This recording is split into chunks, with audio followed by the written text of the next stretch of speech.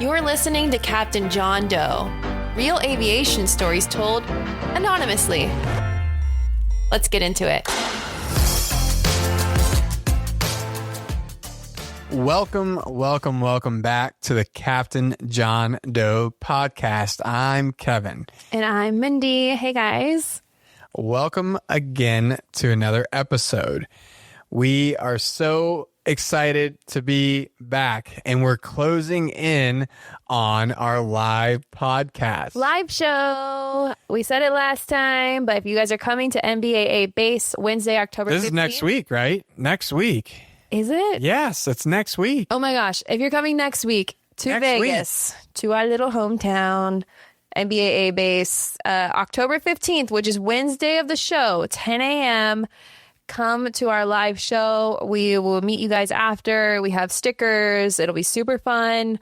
And we already have some really great stories, but we're still tidying up the show and what we're going to formally have during it. So last request for any business aviation stories, FBO stories, because it is a creator studio that we will be having a live show at, sponsored by Signature Aviation, which if you're in aviation, you know that they are a huge player in the FBO world. So if you have a story about FBOs, it doesn't have to be about Signature. It can be about any or business aviation in general that you think would be a good fit at the world's largest business aviation show ever. So should I be clean shaven for this podcast or no? No. Okay. Deal. I don't give a shit what you do.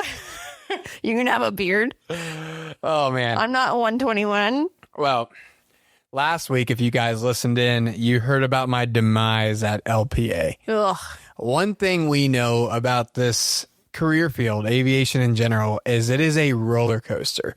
And I can tell stories about this going back to my ATC days. It took me 3 years just to get hired because of all the waves going through and all the paperwork and all the red tape. And it seems like getting into the pilot field is going to be a little similar. Yeah. But just as I had some... We left on a low note doors closing. Last episode. I had my senior cadet interview with PSA this past week that I passed. Yeah! Kevin is officially a PSA cadet. Which, explain what that means. That's huge news, guys. Like, we have a big weight off. It's not everything set in stone. Of course, the industry could change over the next few months, but tell them what this huge achievement means. So this program is awesome. A lot of these airlines have them, and that's who they're hiring right now. They are hiring cadets that are CFIs. Once they hit their minimums, they get them into a class state. Most, not all. We're not going to name names, but long story short is this program gets me my ATP, CTP paid for. It gets me in the door. It also is my interview for PSA and American Airlines. So in theory, if I were to stay with American for my whole career, the interview I did is it. Is your last interview. It's a crazy idea. Like, I don't even believe that, you know. You can go to mainline without ever having an interview again. Yes, I don't even believe it. That's a huge achievement. That's why I'm so excited about it and that you passed it, because your mentor and people at PSA that were helping you through the process even told you, like, hey, if you don't pass the interview, it's okay. We'll do some learning, like reteach, get you back up to speed, and then you can do the interview a second time. So they kind of already prepped, saying, hey, not a lot of people pass it on the first time. Like, that's what I got out of it. Yeah. So like the best part about this is it's laid out. They map out what you need to do. So obviously we have to get to ATP minimums. That's number one. Once you're there, they do all your paperwork, all the background, logbook review. And then in theory, if hiring is happening, you get sent to the next available class date, which right now, as it currently stands, if I was hireable today, it would be about a 4-month lead time, which is super, super exciting for me because I have something to really, really fight for over the next 5 months, because that's my goal. I have an internal goal of being at minimums by the end of February of 2026. And it's aggressive goal too. It's aggressive. There's no way I can hit it, but it doesn't matter. You have to set goals, right? Lofty. But I want to share real quick, like these interviews, there's a lot of gouges out there. What's a gouge? A gouge is basically the questions they're going to ask. The study guide. It's a study guide, but like study guide coming from people who took it. Like that it's almost day. like Shepherd Air. If It's you like guys are Shepherd familiar. Air. Yeah, it's like Shepherd Air, but for interviews. So people who interviewed will remember the questions that they got asked and submit it to this company. And this company takes all the latest and greatest questions and puts it into a study format. So like a normal interview is, HR and then technical questions. And Oh my God, we have to talk about the HR questions. I'll only share one because I don't want to get in trouble by giving away answers and everything here. But what? Publicly, you purchased this question. Let's be clear. You purchased something that trying to gave be you politically this question. correct here. Okay, let's disclose really quick. Disclaimer. Questions that we are going to share right now are not from the interview. Maybe they were on the interview. They are from the purchased, publicly available gouges online. Okay. Disclaimer over. Which animal would you ride, elephant or giraffe? We don't ride animals. What made-up character would you be? Cartoon character. Dora the Explorer. Do zombies run or walk? They crawl Why? because their bones are broken. Okay, welcome to the program. Okay, you guys are probably so confused listening right now. That was literally on the study guide. Those are some of the HR questions. What does that mean? I don't know. What does any of that mean? Is it trying to I think they're icebreakers. I think it's icebreakers. But was that what I was about to ask if those were the first questions you got asked, but I will not, because we're not talking about your interview. We are talking about the purchased gouges. Anyway, I think that they are hilarious. I think it's a way to maybe see like your creativity. I think that's valued in pilots on how you can problem solve using creativity. I remember in my Textron interview, they asked if you had a call sign, what would it be? And purely that was just to see, like, if you can come up with something on the spot. A, can you come up with something on the spot? And B, I love the question, what would your call sign be? I think anyone listening to this, if you are in hiring in any industry, you should ask this question, because the answer that your applicant comes up with should tell more about them or have follow-up questions. So if I were to say my call sign would be Schmindy, then you as an interview would be like, oh, why Schmindy? And then I would get to tell you all about my social media channels and how I post content to inspire other people to fly and own aircraft and do that. Or if I said my call sign is Dora the Explorer, they'll be like, why? Oh, because I love to travel and love to like look at a map. I don't know. Like, it's going to tell you more about that person. I love that question. It's great. So, wait, what would your call sign be? Rocket Man. Why? Do you see what I have to put up with? No reason. I'm not creative. You know what? Oh my God, you could have picked something lamer. Like what? I mean, there's not much lamer. Whatever. We're going to move on. Lame as it gets. You could have picked something like super masculine and like, I don't know, like Thor? If I wanted like a really badass call sign, I would say I'd want it to be Dragon Lady. Yeah, I know. Feel my wrath. I know. Anyways, back to the topic at hand, Dragon Lady. The awesome thing about this program is PSA gives me a mentor. And this mentor kind of does does interview prep, I should say, with me. And, we had sessions and went over everything and was really, really prepared. And then I also had my friends who have moved on to main lines that used to do this at the regional level give me prep. And who else gave you prep? You did. For how many hours? All of the hours. We went on a hike for like 4 miles and Mindy asked me questions for the entirety of it. It was actually really, really good studying. Yeah. And then the night before we studied for I think that 3 helped. 4 hours. Anyways, long story short, there was some rumors that like the interview style was changing. Whatever. I'm not one that's going to get hell bent on a gouge or get worried about it because I'm either prepared or wasn't prepared. Quickly, we didn't explain that the technical part is what you'd imagine. It's a lot of looking at charts of stars and SIDS and instrument approaches and what does this symbol mean and what's the highest obstacle on this star and blah, blah, blah. It's expected to be IFR heavy. Like, that was the expectation. And then FAR's procedure, it's kind of like a commercial check ride-ish type thing with instrument. Yeah. Instrument and commercial together. Yeah, like it was expected. So like, that's what I expected it to be. So I get on to the interview, freshly shaven, with my suit on, all of it. And there was 2 interviewers. They were both pilots, and they were really awesome. And, he started saying with a exacerbated gasp, Kevin, this is a new interview. And I was like, okay. He's like, literally day one. We've never done this before. So this is, and he literally said, all that stuff on the gouge you've been over is not on it anymore.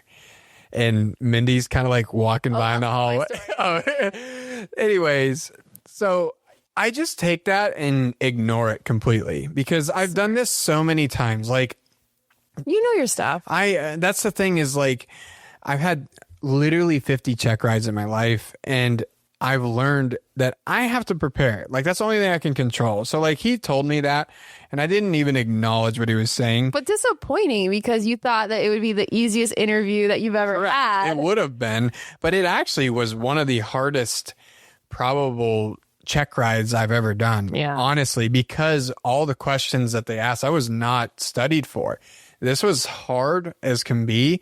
And I was very fortunate that I'm actively teaching, because if I was not, there's no way I would have passed. Yeah, you shared a couple of the questions with me, and I knew some of them, and then some of them would be like, I would have had to study that. Yeah. So anyways, I passed with flying colors. They were very ecstatic. They said my chart knowledge was exceptional, and if I was at minimums, they would put me in a class tomorrow, which made me feel really good because, like I said, I worked really hard, and a lot of people helped me work hard. My mentor was awesome and helped me. My other friends that you took a lot of time. Like, a lot of people took time to do this, and like, I wanted to make it impactful and important because like I got in this interview because of people as well. Yeah, I mean, I think that's the great thing about having a good support network and village of people and sharing these obstacles ahead of you, of being vulnerable enough to call your friends and say, hey, have this interview I'm worried about. Can you help me prep for it? I think that bringing those people in instead of being all macho and not telling people because maybe you're scared of your own outcome and you don't want people to know you have an interview coming up. I really admire that you told everyone about your interview. That way, everyone gave you their 2 cents. You had so many people helping you study. And then honestly, that puts pressure on you to perform, right? Like, you're walking in that interview knowing, just like you said, that all these people were a part of your story and that they're all cheering for you and they're all wanting you to succeed. And obviously, every single one of us would have had your back if it didn't go your way. But it just adds, like, I think, a good pressure knowing how many people were involved in your study. Yeah. And of course, I get the first renewed interview ever. Yeah. So really, really quickly, last thing on this, it was a video interview, and Kevin was in our like downstairs home office podcast studio that we're sitting in right now. And so I told him, I was at home and I work from an upstairs office. That's mine. So I told him, hey, I know you have your interview. I'm going to leave the house and go on a long walk. That way I'm not invading on your privacy. Like, I don't want to overhear the interview. I don't want you to be worried about me overhearing and you be like, I don't know, you're not the type to get nervous if I'm listening, but I don't know. It's just like a whole nother pressure that your wife is listening to your airline interview. So I'm like, I'm going to get out. But before I left, I did overhear the beginning on purpose because I'll say you're not the most tech savvy guy. And I was worried that they would say, oh, hey, like, we didn't receive your pilot certificate scan. Can you send that to us? And I just wanted to be ready to like do it for you and help you if they had something technical on the front end, or if your Zoom wasn't working Like, you would never know how to troubleshoot a video call. No offense. So I was like, I'm just going to make sure he gets up and going. And once I hear them chatting, I'm going to leave out the front door quietly and I'm going to go walk for an hour. So the first thing, what they said is, hey, we're so sorry. Like, we know that you've been studying with your mentor and your gouge, but this is day one of a brand new interview, all new questions. My heart sank into the bottom of my stomach and I couldn't leave the house quick enough. I freaking ran out the front door. I was like, oh shit, gotta go. Oh shit. But you did great. Very proud of you. Of course that would happen to me though. Yeah, hilarious. So anyways, well, let's get into this week's episode. We have some really great stories for you. I literally heard Kevin giggling on the couch reading this story. You guys are submitting well-crafted, well-written stories, and we couldn't appreciate that as much as we do right now. I don't know what I'm trying to say. Submit your anonymous stories to CaptainJohnDoe.com, as always. And then what helps us on the ratings and what keeps us on our charts and helps us perform and to hopefully get sponsors one day, I think that's something we're going to start looking into. We wanted to make sure to have unsponsored episodes for a couple months out the gate because this is a project we wanted to do. Obviously, we want to monetize it one day, but that's not the number one goal of this. The number one goal of this is that we love to do it. We wanted to build a different type of community in aviation that's not so stale, that's not all about, tech and how'd you get your airline job, which is funny because that's all we've talked about the last 2 episodes. It's relevant. Anyway, you guys get what I'm saying. We wanted something entertaining and lighthearted in aviation. Felt like there was a big gap in the industry when it came to that. And so many of your comments and DMs to us are reflecting that you're thankful for the same thing that we are getting amazing, entertaining stories that the industry is missing. It's fun. It's lighthearted. It's hilarious. It's bizarre. It's freaking crazy. And I love that you guys are loving it. But what you can do to help us is leave a rating. So scroll to the bottom of your platform that you're on right now and click the 5 stars. If you want to leave a review, we would love that. But if you can even just click the stars, that helps us so much. And submit it, and share it to your friends. I'm sure there's a story that made you think of somebody. Send it to them. Let them know you're thinking about them. Okay, we're getting sentimental now on this. It's called relationship building. Look it up. Okay. Look it up. All right. Coming from a saleswoman. This story had me dying. It's a long one, so buckle in. I will do my best to, what's the word? What were you about to say? I don't know. Okay. Abort takeoff. We're just going to start talking. So there I was, rushing out the door to get to work and start a trip for my airline. Day 1, leg 1. I've yet to be late to start a trip, and hopefully today wasn't going to be the first time. As I'm pulling out of my driveway, I drop in a mobile order at the McDonald's down the street for my normal breakfast choices. An egg McMuffin, hash browns, and an orange juice to scarf down on the way to the employee lot. Wait. Is this not the captain that would give the egg top muffin to his FOs, right? No, okay. This is not the egg top muffin to FO. Okay, a previous episode, someone shared that their captain would bring an egg McMuffin and keep it in the hydraulic compartment to keep it warm and then always offer the top to his FOs. And it was a strange little antic. Truly incredible. But no, this is not him. This is okay, I'm about to say, if he wrote in and we got his side of the story, I would die laughing. Yeah, okay. All right. Anyways. Keep going. All right. It took a minute longer than normal and came out a bit greasier than normal, but it was a quick breakfast and I was still trying to beat the clock to my gate. I get to the airport, catch the shuttle bus in, and of course I get randomed at the security. Those who know. After clearing TSA, I'm still hoofing it to my gate as I get a text from a fellow pilot friend trying to get me to slow down so we can catch up.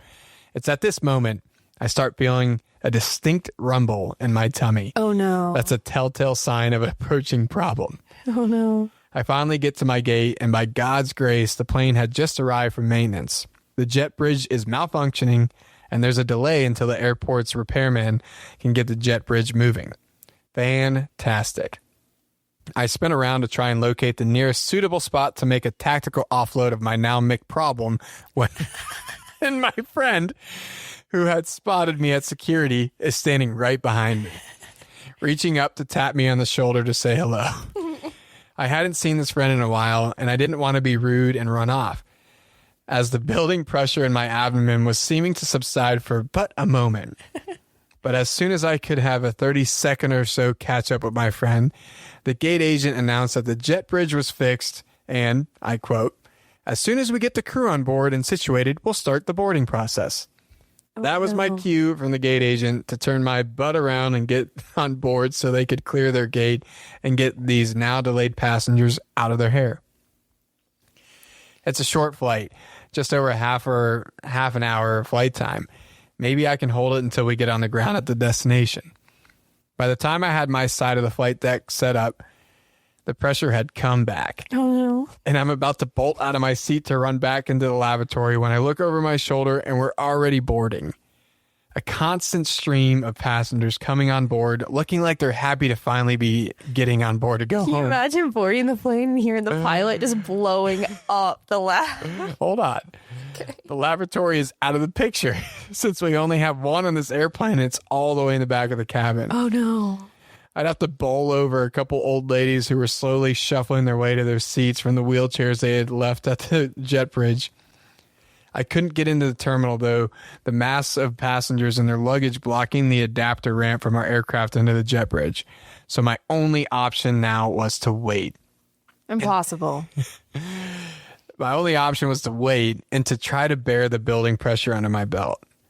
I tried to cordially brief my first officer for the flight. I let him know that I'm going to need to find an opportunity to make a bolt into the terminal for the restroom. Still, by the time the last passenger's on board, the gate agent had handed the paperwork for the flight attendants and was disconnecting the jet bridge. I'm stressing out because I have had stomach issues in the past, and I understand this feeling, and I am literally sweating listening to this. This was the worst possible time for all the pieces that make an airline flight move to actually be working faster than expected. We close the cabin door and block out to log our departure time and officially get the crew on the clock. Still, as we're pushing back off the gate, a bead of sweat starts building on my brow. I think about how we're strapped into this jet, pushed back into the taxi line, effectively blocking about a dozen other gates that are pushing behind us, and about to fly to an airport that is respected among aviators as being one of our trickier approaches, making this airport a special qualification airport. Obviously, he's the captain, so he has to do the flying. That's what he's saying there. I look at my first officer with a look that must have been part panic and part resignation and simply said, "We're going to need to pull over somewhere." We need to pull over this jet. We disconnected the tug, started an engine, and ran our checklist and started taxiing. I was praying that the new de-ice pad the airport had just built next to our departure runway was open, and I was intending to pull over there and take care of business. Everything between our pushback and the de-ice pad was a blur. Typically, our ramp moves at a snail's pace, but my FO understood the assignment, and we made it to the pad without hardly stopping. We asked ground control to pull off the departure line to run a checklist. I set the brake, make a quick PA to the passengers that a message had popped up that required a brief reset procedure, and I call our flight attendants to let them know that I was about to make a beeline to the lavatory. Of course, in this situation, if the captain comes out of the flight deck, all eyes are on me to see what's going on. Yep. And whether there's a cause for concern. Before I opened the door, I had to put on my most serious, "I'm just going to look at something, it's no big deal" face, as this McMonster is now right at my own back door. I calmly but rapidly walked past a full flight of passengers to the aft lavatory, shut the door, and proceeded to demolish what was just a freshly cleaned lavatory under the guise of a maintenance procedure. The whole time I was on the can, I couldn't help but think about how crazy it was that in all these years I'd never had to go number 2 on an airplane, and that my first time doing so, I was being paid. The flight proceeded the rest of the way to the destination without incident, and on the way I recalled that I had an emergency stash of medicine that a rather savvy flight attendant friend had recommended I carry my flight bag, including a couple doses of Modium, just enough to get you the overnight in a pinch. I'm glad I had it and remembered it, but I wish I had thought of it sooner. I christened the de-ice pad that day, and I feel like I learned a valuable lesson, but I haven't had an egg McMuffin since. These lab stories are so funny. First thought is, yes, always carry your own little pharmacy with you. I've learned that traveling, that when do you get sick? At the worst possible moments. When are you feeling sick? When you are in a podunk little town hotel room at 4 o'clock in the morning and it hits you, and the last thing you want to do is get dressed and go to the lobby and pay $12 for a singular pill that's not even going to work. You got to bring your own shit with you. Can we just take a moment and think about if we're sitting in the back of this plane and you're taxiing down the taxiway and you come to a stop and the captain gets out? Everybody knew. It walks to the back, because obviously this is on a regional jet, and it walks past every single passenger on board. I think he would have fooled me. Now that I'm going to say that, if he said that we're doing like a quick little maintenance reset, I'd be like, oh, he's just taking this opportunity to like hit the restroom. Or you don't think they watched him go into the bathroom? No, I did. That's why I said I think that he was taking this opportunity to walk in the bathroom while the other pilot is doing the reset. I see it. So you think that his little PA was a really smart thing to do? Yes, it would have fooled me, because I would have been like, oh, that's smart. He's using the restroom while this little thing's resetting and then we're on our way. Because there's no way we pulled over for the captain to take a shit. There's no way. There's no way. There's no way. He had to get that McMonster out before he flew to wherever he was flying to. Oh my gosh. That was such a good like cascading events too. Like, you know, he was late. Yeah. He was sick. His friend. Swiss they cheese. were going to an airport that he had to fly to. Like the FO couldn't even fly, which is amazing. That is hilarious. I love it. I love the moments of almost relief, where almost he got to go to the bathroom before getting on the plane and then got called on. And then his friend was there and then got called on, and then almost had time before boarding to like slip back to the lab, and then boarding started, and then almost had time to go back in the terminal, but then they disconnected everything freaky fast. Almost. Oh God, like it makes me sweat. These are the type of things that we are looking for on this podcast. So thank you for submitting this. Yeah, thank God I'm gluten-free now. I don't have that problem anymore. The McMonster's coming for you. Monster? That's really funny. We need a McMonster t-shirt with like a pilot bolting to the lab. Oh man, that's great. In the McMonster is a McMuffin like monster, like trying to catch him with his hands up like a scary monster. That's poor flight And the pilot's running to the lab. Yeah, it's funny. Make your best cabin announcement if you were him. This is your Captain Kev speaking. Oh, Captain John Doe. Captain John Doe speaking. We just had a message pop up, and we're going to pull off real quick. And as we tend to that, I'm going to just come out and check the cabin one quick time and say hello to my little friend, drop the kids off at work, and give it a McMonster. I thought you were going to do it seriously at first. I was like, where's this going? No. I was about to say, you forgot the part where he should make himself the hero of like, yeah, we had this maintenance problem pop up, but don't worry, I'm qualified to take care of this. Maintenance techs don't even have to come with happens to be in the bathroom. With this special qualification I have, I'm able to do it myself. Other airlines, other captains, they'd have to call maintenance. Me, not me. But there's a special switch in the lab, so everybody just turn and look away. It's a secret switch. Okay, so my captain voice is better than your captain voice. Well, yeah, because I'm not a man. Okay. So Mindy and I play this little game, though, when we take a peek skis at the flight crew, And not to, be stereotypical, but if there's an older captain, we ask ourselves, how many times are they going to use the bathroom on the flight? We do. Every time we see an older captain, it's so bad. We take bets on how many times they're going to come out and use the lab. So we went from, our last one was Orlando to Vegas, and I think we said, I think the bet was around 4. You bet 4. Yeah. And how many times did he come out? I think he did 3. At least 3. But him was mainly because he wanted to show face. I think he just wanted to say hi to everybody. When we boarded, he had the longest, what would you call that, speech? As a doctoral speech, some would say. Yeah, he had a speech to everyone. We were fully boarded. He grabs a little PA thing and like that the flight attendants normally use and went on. He was nice and he was funny. I liked it. It was. I'm a big fan. It was funny, but the gist of the speech was nothing. No. His takeaway was almost like my little fake announcement was the hero syndrome. Yes. Which was, yep. And raise your hand if you've gotten on a plane before and you never even saw the pilot. Yeah. Look at all those hands.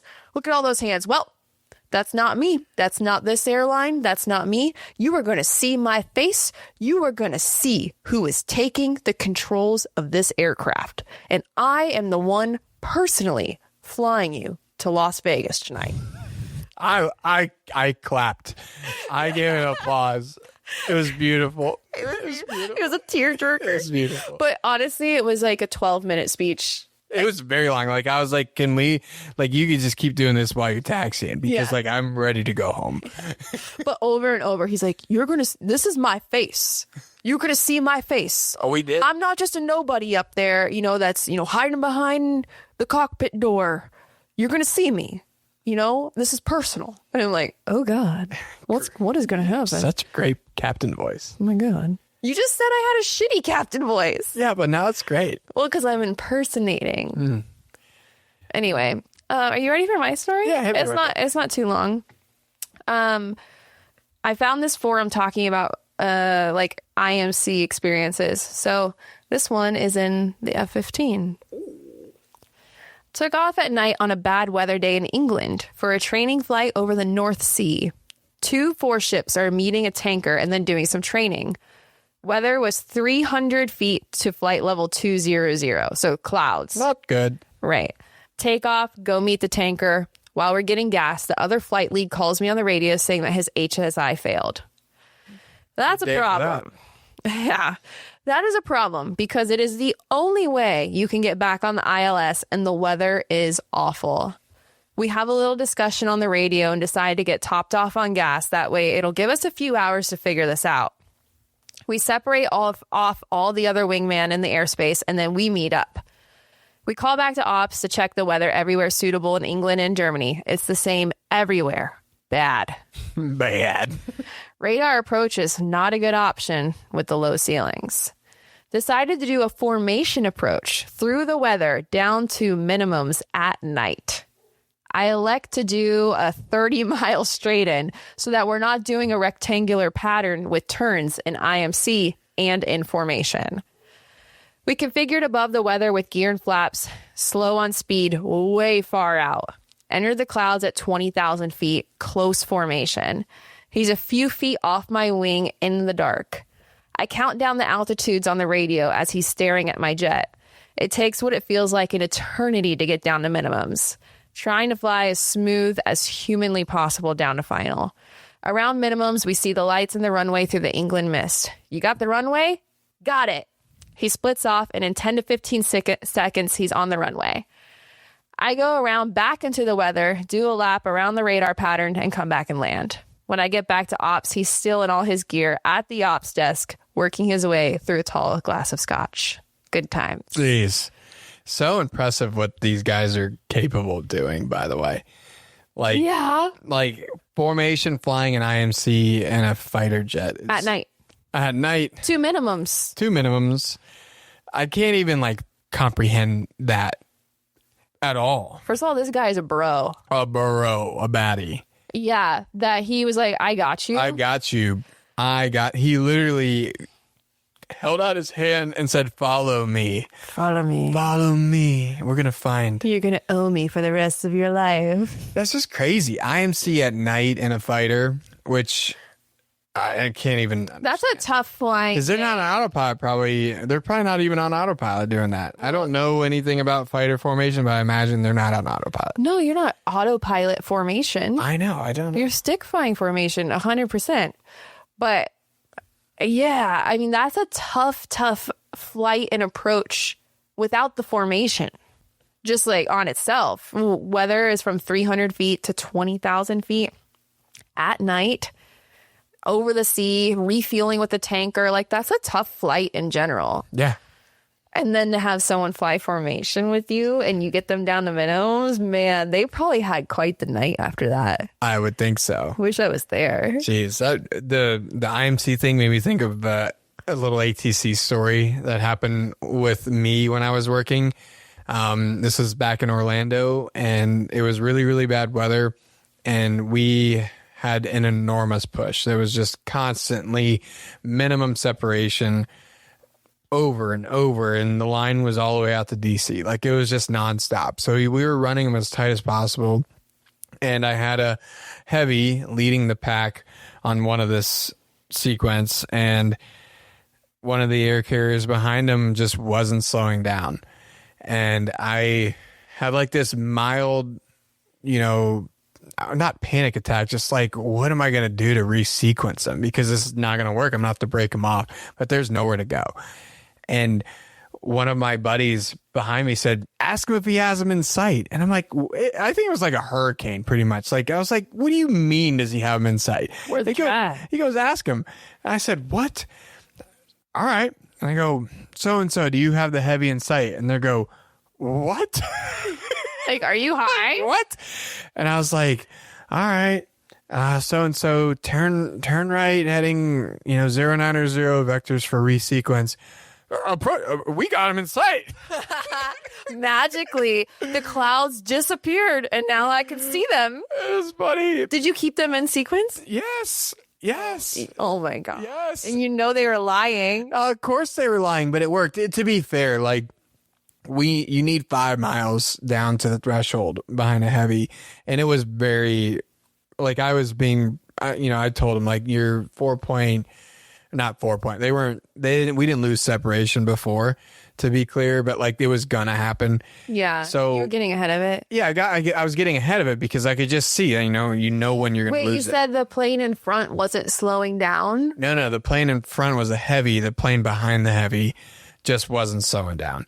Well, maybe he had to finish his dessert first. Maybe he had to finish his He had to finish his pudding before he operated that aircraft. Yeah, but like, I never would have thought about calling traffic because we were running instrument approaches in hard IMC and hard weather. To be fair, he knew. He was just picking up what you were putting down. He picked it up, and like, it was safe. Like, there was nothing dangerous about it. But like, when the pilot says, I have visual, the rule book goes out the window because now the onus is on you. Now, to be fair, like, I still did my job, but like, it was just like, I was, these fighters flying in IMC. Could you see yourself ever doing that?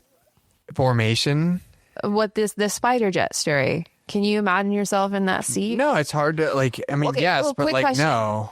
Question. In that story, would you rather have been, maybe this is an easy question, the guy that was helping his wingman that flew him down to minimums and had to do the approach again? It was like he had all the pressure on him to like save his friend's life. Or would you rather been the guy with the HSI failure that was getting let in? No doubt flying the ILS. No doubt. Because think about the person who... You would be the hero. Was in... well, not even that. Just think about it from a flying perspective. We have flown formation. Where's your head? If you're on the left or right side, you're staring at that other aircraft the entirety. So from flight level 200 down to the ground, that guy's head didn't move. Yeah, well, the other guy is trying to monitor the ILS, read out altitudes, save his buddy from imminent doom. and probably checking his wing 1,000 times. Yeah, I'm being the hero for sure because it's easier to just fly the ILS. I don't know if anything about this was easy. Nothing. I'm saying if you wanted to choose, my head's not sticking out for 15 minutes. Oh, yeah. No, the other guy is definitely in the hot seat, right? Because he's the one with failed equipment. Yeah. Yeah. And is trying to, and is leaning on this other guy to nowhere get the runway. In England or Ireland, I would assume, and that you can even get down. It's like, oh, okay. Yeah, that's pretty scary. I would definitely have a couple of glasses of scotch after that. Except not scotch, probably bourbon. Probably want bourbon, yeah.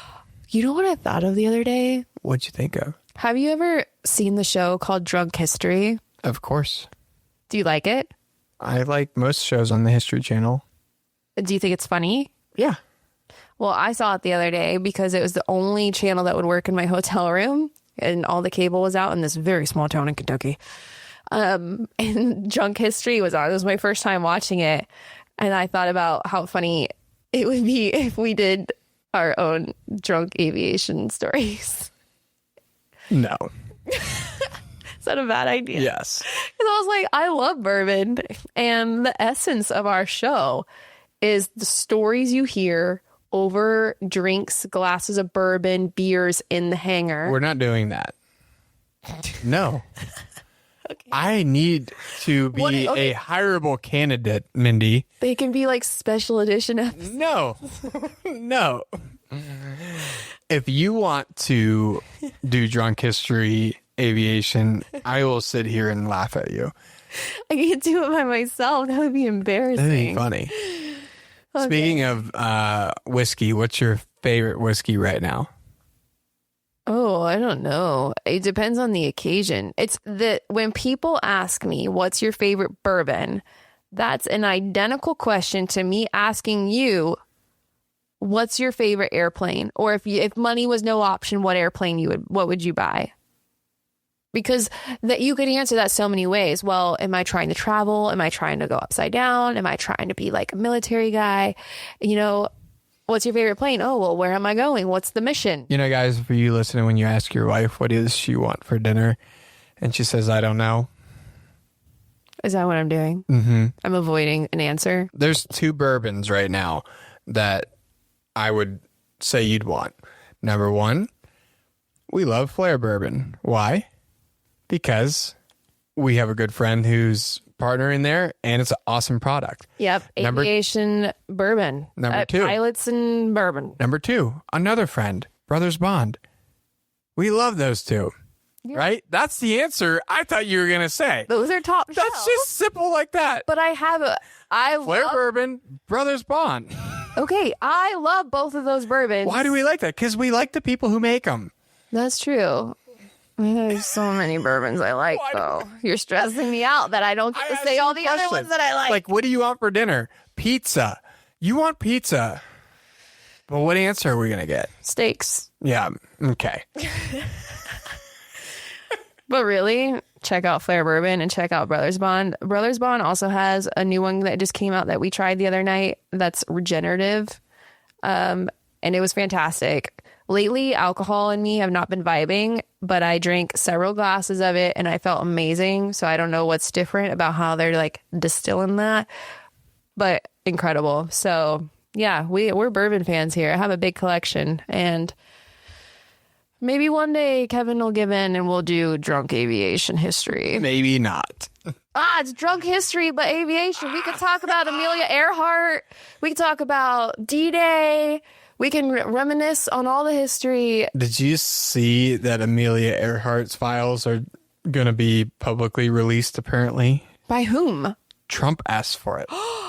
There's files? I didn't even know. I don't even understand what that means.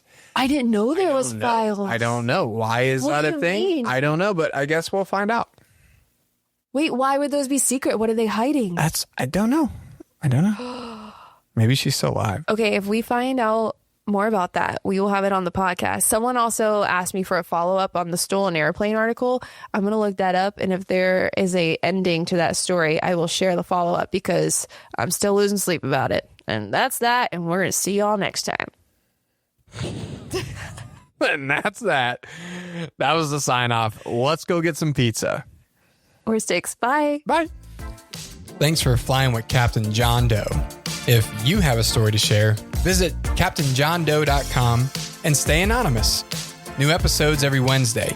Be sure to subscribe, leave a review, and tell your favorite crew members.